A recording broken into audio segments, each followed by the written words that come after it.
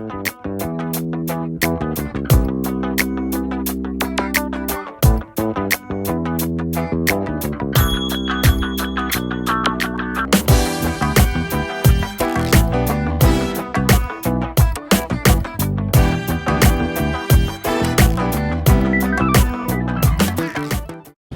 đình mình đang xuống tàu để đi dạo một vòng quanh biển. Nhiều mới mua vé rồi, 2 vé cho 2 người.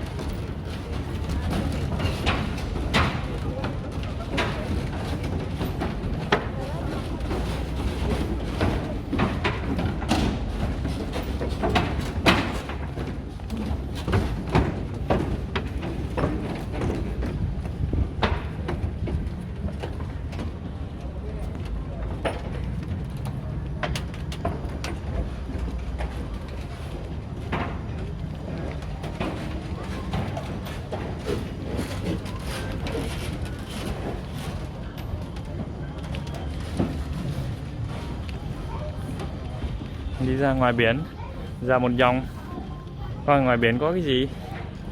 Thấy người ta đi đông lắm à.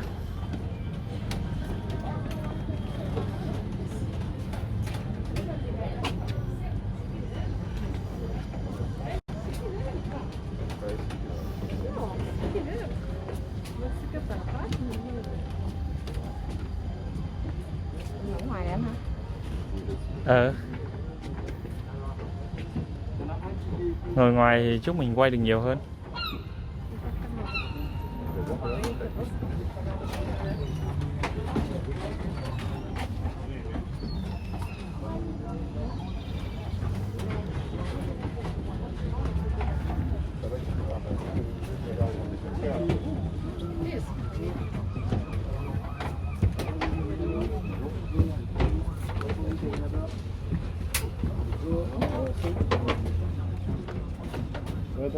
Bonjour monsieur.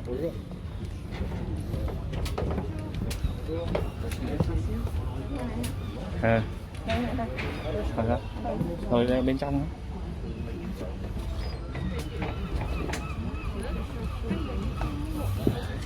Đấy, đã xong rồi, có chỗ ngồi rồi. Ở đây thì hơi nắng, nhưng mà chúc là mình ngắm được ở ngoài luôn này, ngoài biển này. Chứ mình không thích ngồi trong nhà. Xin chào tất cả mọi người. Chào mọi người. Thông cảm là hôm nay nhà mình phải đeo khẩu trang bởi vì gia đình mình đang ở trên cái chuyến tàu để đi dạo quanh biển đó. Nó bắt buộc mình phải đeo khẩu trang đó mọi người. Bây giờ mà mở ra thì không có được, cho nên là xin lỗi mọi người nhé. Có cười nha mọi người. Có cười đó, hai vợ chồng mình có cười, có nói đàng hoàng ấy chứ không mà. Có cười tại nha. vì đeo khẩu trang không thấy đường, không thấy gì đâu. Bây giờ gia đình mình đang đi dạo một vòng biển. Cái thời tiết hôm nay thì rất là ấm, mà thậm chí là nóng luôn. Mà nhà mình chọn là đi buổi sáng đó, nhưng mà rất là nóng luôn. Bây giờ thì còn khoảng 15 phút nữa thì nó sẽ khởi hành. Mọi người đi cùng gia đình mình nha. Chúc gặp lại mọi người. Chez la coquille Saint-Jacques et que la Saint-Jacques se pêche du 1er octobre au 15 mai. Alors en Normandie, nous avons 5 ports. Nous avons le Tréport, Dieppe, Saint-Valdez-en-Caux, Fécamp et Le Havre, qui représentent 126 navires de pêche, dont 42 sont basés à Dieppe. Sur ces 42 navires, 34 sont armés à la coquille Saint-Jacques et nous enregistrons à Dieppe jusqu'à 323 marins. Alors voyez là, nous sommes dans le chenal de l'avant-port, accessible par tout temps et sans contrainte de marée, même à marée basse, avec un marnage important. Le marnage, c'est la différence de hauteur d'eau qu'il y a entre la basse mer et la pleine mer, qui est aujourd'hui de 82 degrés de marée, qui nous fait à peu près 9 mètres de hauteur d'eau entre la basse mer et la pleine mer. Mais chez nous en France, ça n'est pas la plus grande. La plus grande c'est au Mont-Saint-Michel avec un marnage de 13 mètres, mais la plus grande reste au Canada dans la baie de Fundy avec un marnage de 16 mètres. Alors Dieppe est un port qui est continuellement entretenu par des dragues. Nous avons la Christopheuse qui pompe la vase dans ce chenal pour la transférer au large de Dieppe. Ensuite, on a un petit remorqueur qu'on a sur notre droite, là, le TS Embraer. Et bien ce petit remorqueur nous fait également office de drague pour nous égaliser le fond avec un gros râteau derrière. Et comme ça, le port peut rester en eau profonde pour pouvoir y accéder à n'importe quel moment de la journée. Contrairement aux tréports à Saint-Valery qui sont des ports qui échouent. Alors toujours sur votre droite, sur le quai, vous voyez une tour de contrôle vitrée avec un rad, avec deux feux verts et un feu blanc. Alors là, c'est la capitainerie du port, où vous avez tous les officiers qui se trouvent à l'intérieur pour nous donner les autorisations d'entrée et de sortie des navires, ainsi que les ouvertures des ponts. Il y a toujours une personne en veille là-haut, 24 heures sur 24. Ensuite, toujours sur la droite, vous avez un autre pont. Alors ce pont, c'est le pont Colbert, un des plus vieux ponts tournants de France, fabriqué en 1889 par la concurrence à la compagnie FLU. Et oui, les mêmes constructeurs que notre fameuse tour Eiffel. Et ce pont donne accès au port de commerce qui accueille en ce moment des cargos pour les éoliennes, des huiliers et des cargos pour la ferraille. Et il faut savoir que Dieppe fut une époque le premier port bananier de France, et ça c'était dans les années 60. Nous avons également derrière ce pont qui vient d'être classé monument historique, nous avons un port à sec qui peut accueillir jusqu'à 292 bateaux de 7 mètres avec un dispositif de mise à l'eau automatisé. Et lui-là, il se trouve dans l'ancienne cale sèche. Vous voyez, ce pont a été dessiné à l'époque par l'architecte Paul Alexandre, et il arrive à faire encore assez 1400 manœuvres par an.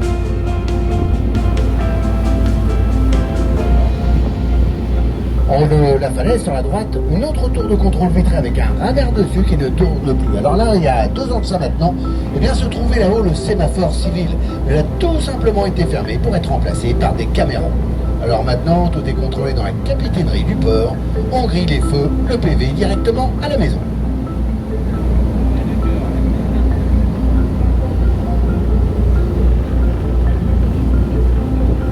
Vous voyez ce ferry jaune et blanc? Eh bien, ce ferry relie la France à l'Angleterre jusqu'à New Haven. Il lui faut 4 heures de traversée pour effectuer ses 140 km, une vitesse de 20-25, de à peu près 40 à 50 km/h. Ce navire peut contenir jusqu'à 600 passagers, 50 membres d'équipage, 50 semi-remorques et 150 ponts. 2 navires identiques, c'est Seven Sisters, Scott Delbatre. Ces navires sont 42 mètres de long, 24 mètres de large. Vous voyez, les véhicules entrent et ressortent chez nous par l'arrière, on a une passerelle. Et arrivé en Angleterre, eh bien c'est le nez du navire qui se soulève suivant la pliure et tout le monde ressortira par l'avant. Comme ça, pas de demi-tour à faire pour les camions.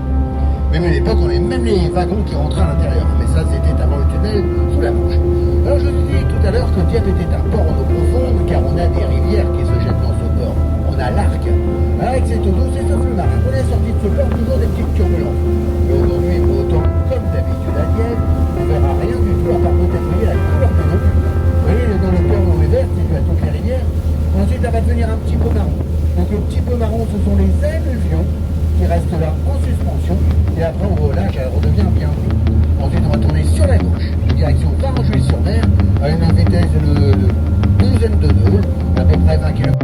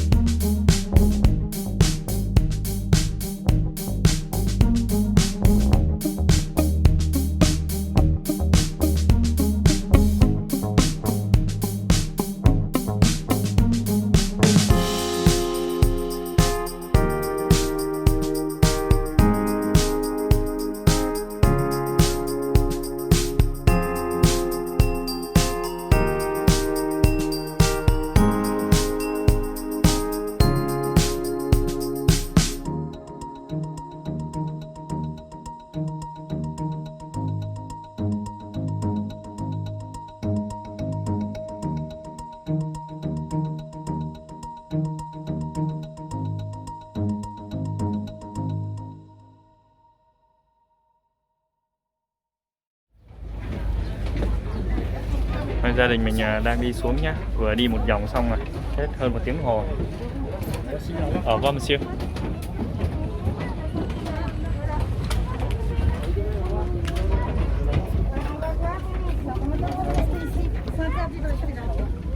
Này, thuyền bự không? Cả bên trong bên ngoài đều có chỗ ngồi nha. Mọi người xuống tham quan rất nhớ ghé vô đây đi thuyền ra biển coi nhé.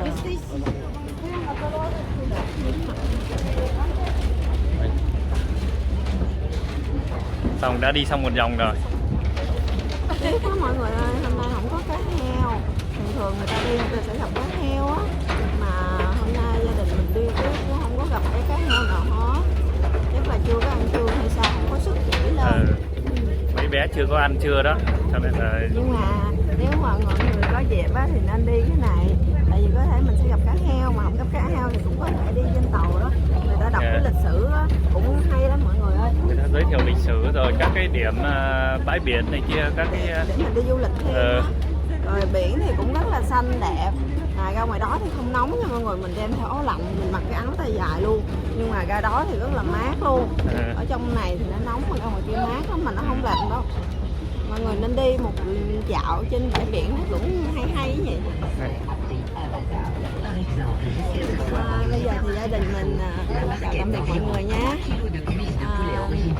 Mọi người ơi nhớ ủng hộ gia đình mình bằng cách đăng ký kênh, chia sẻ kênh và like cho gia đình mình nhé, để gia đình mình có nhiều động lực nữa để có thể làm nhiều video nữa cho mọi người cùng xem.